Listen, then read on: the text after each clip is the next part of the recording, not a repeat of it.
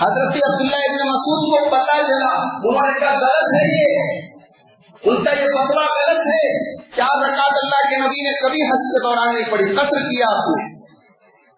لیکن جب عثمان غنی رضی اللہ عنہ نے نماز پڑھی تو حضرت عبداللہ بن مسعود نے پیچھے جا کے 4 رکعت پڑھ۔ لوگوں نے پوچھا کہ آپ کہہ رہے فتویٰ غلط ہے اور آپ ان کے پیچھے پڑھ رہے ہیں، تو حضرت عبداللہ بن مسعود نے کہا کہ الخلاف شر، اختلاف بڑی بری چیز۔ میں جس کو صحیح مانتا ہوں حدیث اور قرآن کی روشنی میں نے بتا دیا، لیکن میں اجتماعیت کا گلا نہیں گھونٹوں گا۔ میرے پیارے بھائیوں، حضرت عبداللہ بن مسعود کا یہ عمل سنہرے حروف سے لکھے جانے کے قابل، انہوں نے اجتماعیت کو ختم نہیں ہونے دیا۔ اللہ کے واسطے چھوٹی چھوٹی باتوں کو لے کر آپس میں اختلاف نہ کرو، پہلے ہی بہت سارے مسائل امت کے سامنے پڑے۔ تو یہ عید کی نماز اللہ کے رسول کی سنت ہے کہ سورج ایک نیزے پر ہو جائے تو پڑھا جائے، یہی افضل وقت ہے، اس میں ٹالا نہ جائے، کوشش یہی کی جائے افضل وقت میں 15-20 منٹ، جیسا کہ میں نے بتایا، کیونکہ عورتوں کا بھی مسئلہ ہوتا ہے اور اب وہ حالات نہیں ہے، وہ زمانہ نہیں ہے، بہت سارے مسائل ہمارے سامنے پڑ گئے، 15-20 منٹ آگے پیچھے ہو سکتا ہے، لیکن بہت زیادہ تاخیر کرنا، بہرحال ہمیں دوسروں کے نقش قدم پہ نہیں چلنا ہے، ہمیں یہ دیکھنا ہے کہ ہمارے لیے بہتر اور افضل کیا ہے، کوشش یہ کریں افضل وقت میں۔ یہ نماز بغیر اذان کی پڑھی جائے گی، بغیر اقامت کی پڑھی جائے گی، 2 رکعت پڑھی جائے گی۔ پہلی رکعت میں 7 مرتبہ زائد تکبیریں ہوگی، دوسری رکعت میں 5 مرتبہ زائد تکبیریں ہوگی۔ اللہ کے رسول صلی اللہ علیہ وسلم جب عید کی نماز کے لیے گھر سے نکلتے تھے تو آپ بآواز بلند تکبیر کے کلمات بولتے ہوئے، اللہ اکبر لا الہ الا اللہ واللہ اکبر وللہ الحمد۔ تو یہ کلمات ہمیں اور آپ کو بھی بآواز بلند، عورتیں آہستہ سے پڑھیں گی، مرد حضرات بآواز بلند گھر سے نکلتے ہی بولنا شروع کریں گے اور عیدگاہ پہنچنے تک جب عید کی نماز جب تک کھڑی نہ ہو جائے بولتے رہیں گے۔ یہ اللہ کی تکبیر کا اعلان ہے جب وہ کرتے ہیں۔ عید کی نماز اور بقرعید کی نماز میں عورتوں کو لے جانا کمپلسری ہے، ضروری ہے، کوئی چھوٹ نہیں ہے۔ حضرت ام عطیہ رضی اللہ تعالیٰ عنہ کہتی ہے، بخاری اور مسلم کی روایت ہے، امرنا ان نفرد الحیض والعواتق وذوات الخدور، اللہ کے رسول نے حکم دیا کہ عید اور بقرعید کی نماز میں حیض والی عورتیں بھی جائیں، شادی شدہ عورتیں بھی جائیں، کنواری عورتیں بھی جائیں۔ اس کے بعد آپ نے فرمایا وَأَمَّا الْمُحْيَض، جو عورتیں ناپاکی کی حالت میں ہیں، حیض کی حالت میں ہیں، یشہدن دعوت المسلمین وجماعتہم، وہ مسلمانوں کی دعا میں شامل رہیں گی اور مسلمانوں کی جماعت میں، دیکھیے یہاں جماعت کا لفظ آیا ہے، عید کی نماز جماعت کو ریپرزینٹ کرتی ہے، ہم ایک ہیں، ہم متحد ہیں۔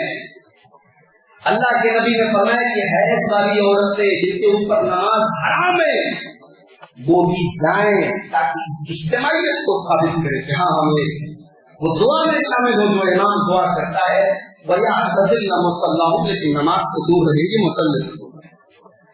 ایک حدیث میں بخاری کی اللہ کے نبی نے جب یہ بات کہی تو ایک عورت نے کہا ہے اللہ کے نبی اگر ہم میں سے کسی عورت کے پاس نقاب نہ ہو، جلباب نہ ہو، چادر نہ ہو، تو اللہ کے نبی نے نہ تو یہ کہا کہ بغیر نقاب کے چلی جائے اور نہ یہ کہا کہ نہ جائے۔ دیکھیے دونوں بات پر غور کیجیے، اللہ کے رسول نے اس کی بھی اجازت نہیں دی کہ کوئی عورت بغیر نقاب کے چلی جائے، بے پردگی کرے، اس پر بھی ہماری مائیں بہنیں غور کریں۔ عید کی نماز کے لیے جانا ہے مگر سج کے سمر کی اپنے میک اپ کی نمائش کر کے بے پردگی کر کے نہیں جانا ہے، شرعی حدود کے اندر رہ کے جانا ہے۔ اگر شرعی حدود کے اندر نہیں جاتی ہے تو اس سے بہتر ہے کہ وہ گھر میں بیٹھی ہونا چاہے۔ اللہ کے نبی سے پوچھا گیا کہ اگر کسی عورت کے پاس جلباب نہ ہو، چادر نہ ہو، نقاب نہ ہو تو کیا کرے؟ آپ نے فرمایا اپنی بہن سے لے لے، اپنی پڑوسن سے لے لے، اپنی سہیلی سے لے لے، لیکن نقاب میں جائے اور جائے، چھوٹ نہیں دیا آپ نے۔ اسی حدیث سے علامہ ابن حسنی رحمۃ اللہ علیہ نے یہ استدلال کیا ہے کہ عید کی نماز فرض ہے، اس لیے کہ اللہ کے نبی نے حکم دیا ہے اور جب عورتوں کو دیا ہے تو پھر مردوں کے لیے بھی ضروری ہے، لہٰذا عید کی نماز آپ بغیر کسی شدید مجبوری کے نہیں چھوڑ سکتے۔ ہاں عید کی نماز اگر بارش ہے کوئی مسئلہ ہے آپ مسجد میں بھی پڑھ سکتے ہیں، لیکن بغیر کسی مجبوری کے مسجد میں پڑھنا بہتر نہیں ہے، بہتر نہیں کہ اس کو باہر جا کے پڑھا جائے۔ عید کا تہوار خوشی کا تہوار ہے، اور خوشی کی کوئی لمٹ نہیں ہے، خوشی کی کوئی حد نہیں ہے۔ اللہ کے نبی صلی اللہ علیہ وسلم جب مدینہ آئے تو مدینہ کے لوگ 2 تہوار مناتے تھے جو پہلے سے مناتے چلے آئے، تو کھیلتے تھے کودتے تھے۔ اللہ کے نبی نے پوچھا یہ کیا ہے؟ تو بولے یہ تہوار ہے ہم لوگ مناتے چلے آئے ہیں۔ اللہ کے نبی نے فرمایا ابدلکم اللہ بخیر منہما، اللہ تعالیٰ نے ان دونوں تہواروں سے اچھا تہوار ہمیں دے دیا ہے، ایک عید الفطر ہے، ایک عید الاضحیٰ ہے، تو یہ خوشی کے تہوار ہے۔ لیکن خوشی کا یہ مطلب نہیں کہ آپ آزاد ہوں گے، ناچیں گائیں جوا کھیلے شراب پیے حرام کام کرے، نہیں میرے بھائیوں، عید کے اس دن بھی ہمیں اور آپ کو اللہ کے شریعت کا ہی پابند رہنا ہے۔ شیطان آزاد ہوا ہے، ہم نہیں آزاد ہوئے۔ شیطان آزاد ہوتا ہے رمضان جب ختم ہوتا ہے اور شوال کا چاند نکلتا ہے، مگر افسوس ایسا لگتا ہے کہ جیسے مسلمان آزاد۔ عید کا چاند نکلتے سب سے پہلے سیلون کی طرف لوگ بات پہلے چکنے ہوتے ہیں، پہلے اپنی داڑھی کو ختم کرواتے ہیں۔ رمضان بھر نیکی اور تقویٰ کے سارے معیار پورے کر لیے، جتنی داڑھی بڑھانی تھی بڑھا لیے، اب سب سے پہلے اس مصیبت کی جڑ کو ختم کرو جس کو دیکھ کے بیوی بھی بولے تو مولانا ہو گئے کیا، تو سب سے پہلے داڑھی کو ختم کر رہے ہیں۔ میرے پیارے بھائیوں، ایسی کوئی دلیل نہیں کہ رمضان آئے تو داڑھی چھوڑ دو، روزہ رکھنا ہے تو داڑھی چھوڑ دو اور روزہ ختم ہوتی داڑھی کو کے اوپر اس طرح چڑھا۔ لیکن ہاں عید کے دن خوشیاں منائی جائز وجود میں رہے۔ عید کی نماز پڑھ کے دوسرے کو مبارکباد دینا بھی صحابہ کرام سے ثابت ہے۔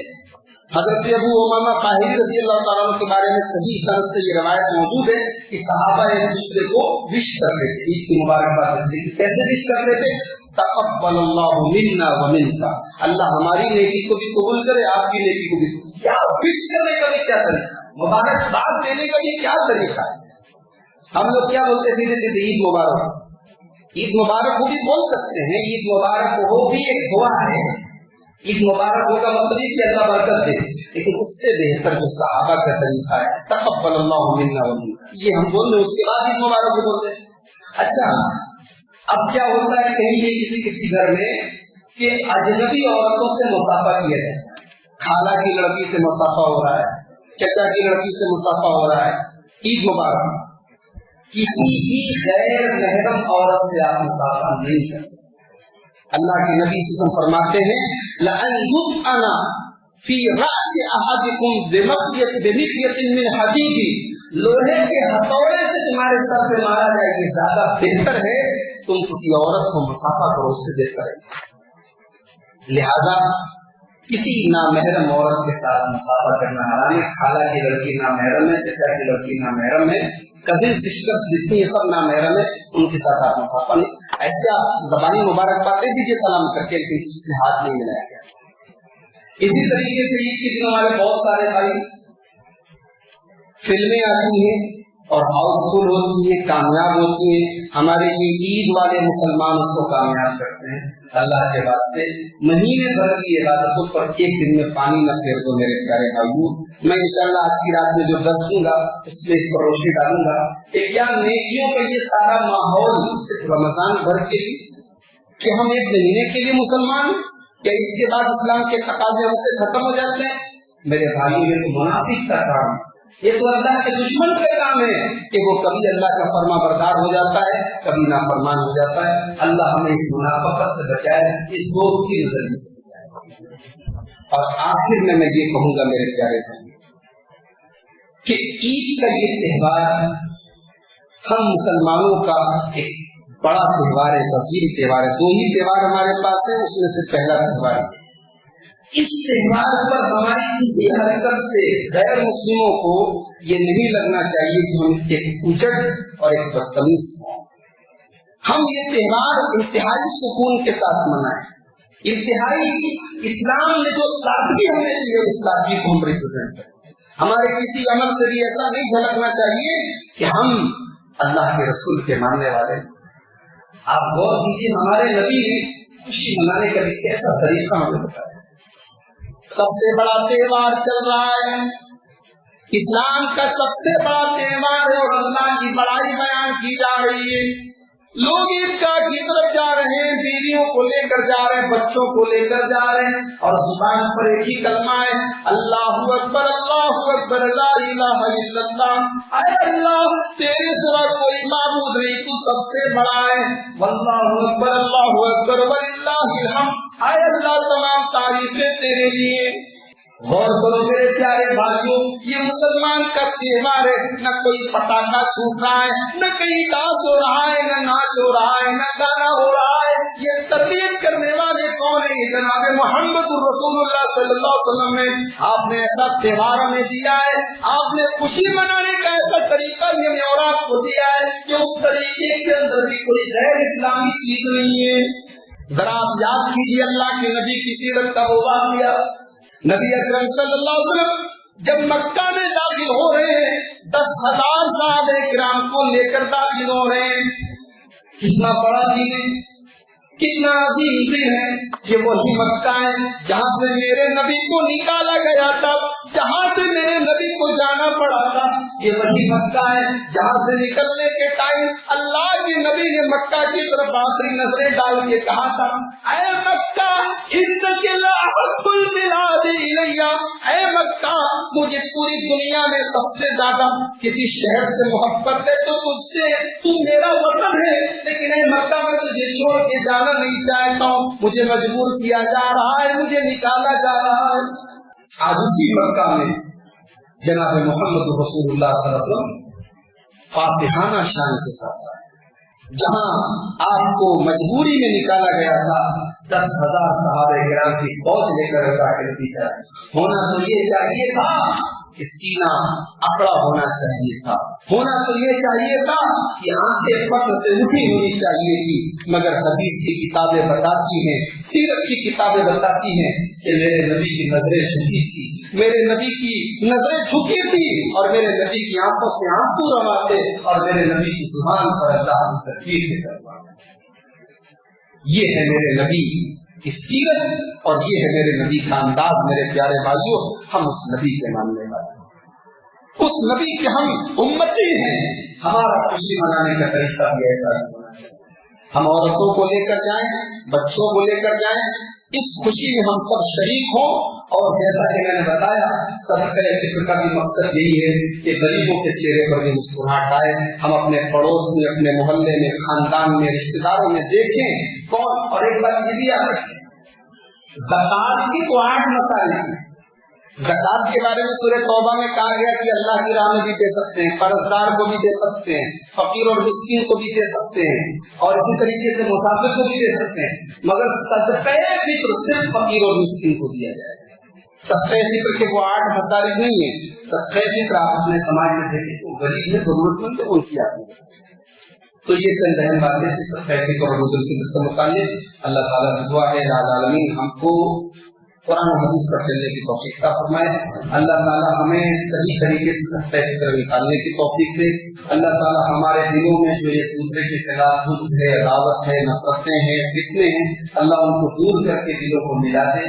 اللہ اس جماعت کی اجتماعیت کو برقرار رکھے۔ اللہ ہمیں اجتماعیت کی اہمیت کو سمجھنے کی توفیق عطا فرمائے۔ اللہ ہمارے اس عید کی خوشیوں میں تمام مسلمانوں کو شریک ہونے کی توفیق عطا فرمائے۔ اللہ ہماری تراویح کو، ہماری نمازوں کو، ہماری جملہ عبادات کو قبول فرمائے۔ اللہ ہماری عبادتوں کو ریاکاری سے بچائے۔ اللہ ہماری عبادتوں میں اخلاص پیدا فرمائے۔ اللہ ہماری تمام عبادتوں کو نبی اکرم صلی اللہ علیہ وسلم کے طریقے پر انجام دینے کی توفیق عطا فرمائے۔ رب العالمین ہماری ماں بہنوں نے بھی جو عبادتیں کی ہیں، جو محنتیں کی ہیں، اللہ ان کو قبول فرما۔ اللہ ہمارے راتوں کو جاگنے کو قبول فرما۔ اللہ ہمارے صدقہ، خیرات، زکات اور جو بھی ہم نے اپنے مالوں کو اللہ کی راہ میں قربان کیا ہے، اے اللہ ان کو ہماری نجات کا ذریعہ بنا دے۔ اے اللہ آج رمضان کے اس آخری جمعہ میں، اس سال کے اس رمضان کے اس آخری جمعہ میں ہم تجھ سے دعا کرتے ہیں کہ اے اللہ اس رمضان میں ہم نے جو بھی عبادت کی ہے پروردگار، یہ ٹوٹی پھوٹی عبادت کو اپنے کرم سے قبول فرما دے، اور اے اللہ پھر تو ہمیں توفیق دے زندگی میں اور رمضان آئے اور پھر ہم اسی خوشی اور خضوع کے ساتھ اور اسی اخلاص کے ساتھ پھر تیری عبادت کریں اور تیری نجات کے مستحق بنیں۔ اے اللہ تو ہم سب کو جہنم کی آگ سے آزاد کر دے۔ اے اللہ قدر کی رات میں شب قدر میں ہم نے جو عبادت کی ہے ایک طاقت باقی ہے، اے اللہ اس ایک طاقت کو بھی ہمیں اس کا صحیح حق ادا کرنے کی توفیق عطا فرما۔ اے اللہ عید کے بعد بھی نیکی کے ان کاموں پر ہم سب کو برقرار رہنے کی توفیق عطا فرما۔ اے اللہ ہمارے نوجوانوں کو جو نماز کی پابندی شروع کیے ہیں، جو غلط کاموں سے اس مہینے میں دور رہے ہیں، اے اللہ نیکیوں کا یہ سلسلہ ان کو رمضان کے بعد بھی باقی رکھنے کی توفیق عطا فرما۔ اے اللہ فلسطین کے، سیریا کے، یمن کے اور دنیا کے جہاں بھی جن علاقوں میں بھی ہمارے مسلمان بھائی کی جان و مال خطرے میں ہے، اے اللہ تو مسلمان بھائیوں کی مدد فرما۔ اے اللہ تو دنیا کے ہر خطے میں اپنے مسلمان اور مومن بندوں پر اپنی رحمتیں نازل فرما۔ اے اللہ تو دنیا میں امن و سکون پیدا فرما اور امن و سکون کو ختم کرنے والی طاقتوں کو برباد کر دے۔ اے اللہ ہمارے اس پھول جیسے خوبصورت ملک کی بھی حفاظت فرما۔ اے اللہ ہمارے ملک کے اوپر بھی آج دشمنوں کی غلط نظریں ہیں، آج ہمارے ملک کے بھی امن و چین کو بگاڑنے کی بڑی کوششیں ہیں، بڑی سازشیں ہیں۔ اے اللہ اس ملک میں رہنے والے تمام باشندوں کو آپس میں میل اور محبت کے ساتھ رہنے کی توفیق عطا فرما۔ اے اللہ اس ملک میں ہماری مسجدیں اور ہماری عبادت خانوں پر بھی آج دشمنوں کی نظریں ہیں۔ اے اللہ ہم کمزور ہیں، تیرے کمزور بنتے ہیں، تیرے گھر اور تیری مسجدوں کی حفاظت وہی کرنے والا ہے۔ اے اللہ تو اپنی تمام مسجدوں اور عبادت خانوں کی حفاظت فرما۔ اے اللہ مسلمانوں کے جان و مال کی حفاظت فرما۔ اے اللہ جو بیمار ہیں ان کو شفا دے دے۔ اے اللہ جو قرضدار ہیں ان کے قرضوں کی ادائیگی کر دے۔ اے اللہ جو بے قصور قید میں ہیں ان کو رہا کر دے۔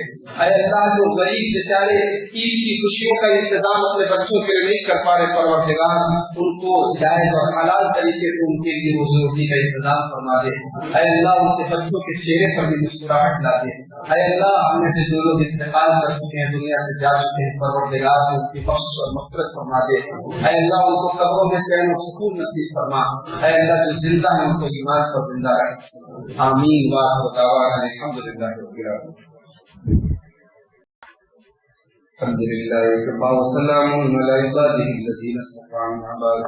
قال الله سبحانه وتعالى أعوذ بالله من الشيطان الرجيم بسم الله الرحمن الرحيم إن الله وملائكته يصلون على النبي يا أيها الذين آمنوا صلوا عليه وسلموا تسليما اللهم صل على محمد وعلى آل محمد كما صليت على إبراهيم وعلى آل إبراهيم إنك حميد مجيد اللهم بارك على محمد وعلى آل محمد كما باركت على إبراهيم وعلى آل إبراهيم إنك حميد مجيد اللهم انصر من نصر إلى محمد صلى الله عليه وسلم واجعلنا منهم واخذل من خذل إلى محمد صلى الله عليه وسلم ولا تجعلنا منهم آمين عباد الله رحمكم الله إن الله يأمر بالعدل والإحسان وإيتاء ذي القربى وينهى عن الفحشاء والمنكر والبغي يعظكم لعلكم تذكرون